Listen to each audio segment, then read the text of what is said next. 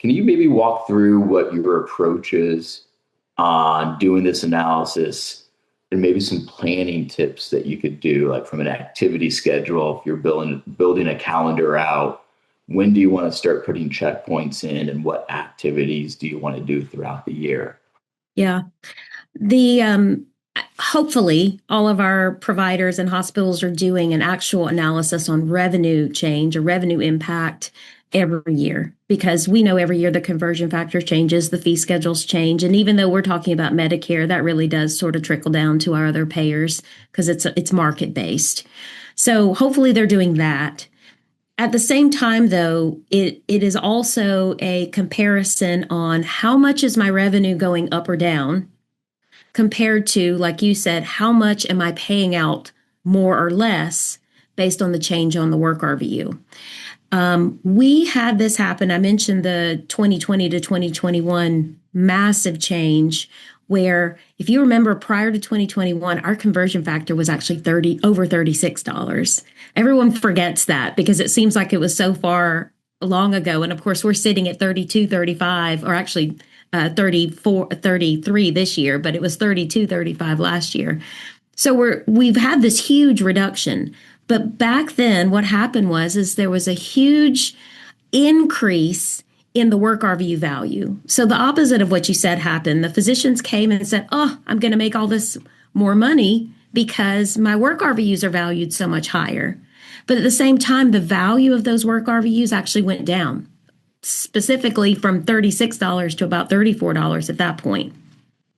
We have a little bit of the opposite happening this year, although not as extreme.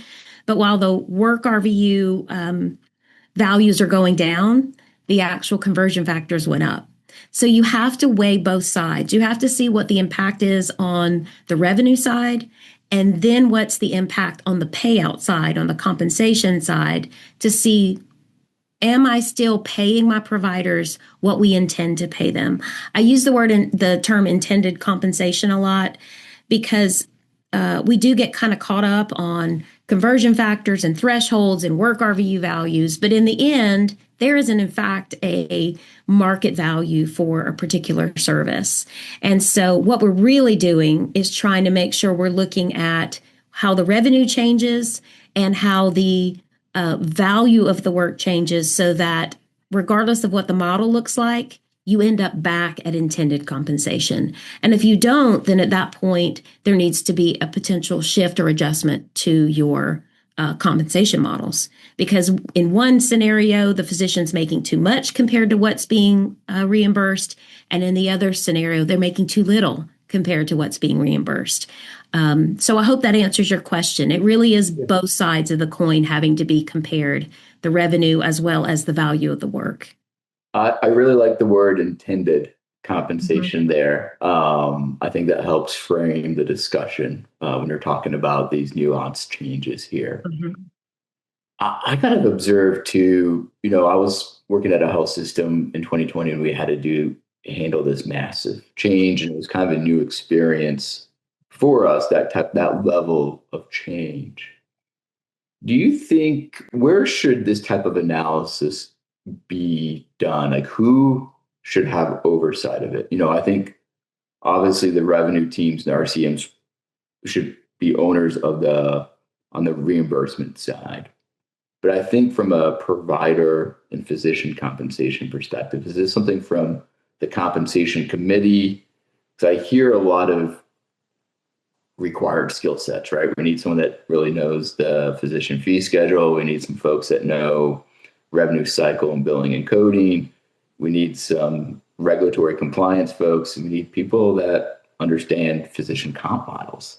Mhm. So, I mean, where do you think this type of analysis should be done at? Is it the provider comp committee, or does it sit somewhere else in the organization? No, I think you're right. I think it's going to have to be a group effort. Even if the analysis itself is done even by a third party, we do these analysis, but if it's done by a third party, the people in the room have to represent all the parts that I just discussed. So somebody has to say, how is this change in revenue going to impact our bottom line and our budget? And at the same time, the person who calculates the physician compensation and is responsible for determining, are we still meeting intended comp for the services or the value of the services that we've identified for these providers, has to also have a seat at the table so that they know how that impacts the total bottom line, whether that's going up or down. The compliance people always should be there, only because they're the ones who are basically saying, based on what you revenue people are saying you're going to make less or more of, this is how much we have to adjust the physician comp side to make sure that we're not out of compliance. So it's going to need, even if the actual analysis and the numbers are put together by a third party, all of the players that I just discussed really needed to be at the table to determine what the best course of action is and whether or not contracts or models have to be adjusted ultimately to get back to that intended comp. Yeah, that's a good point. I mean, some of these type of analysis, you need to have the bandwidth and capacity to do internally and have the technical know-how to do it. If you don't have the bandwidth or the technical know-how, certainly needs to be outsourced, but the decision can't be. That's still a management decision. That's right. The folks need to be a part of it. I think about like kind of independence. I can still remember my CPA requirements there, but I think about that element. It's a good point.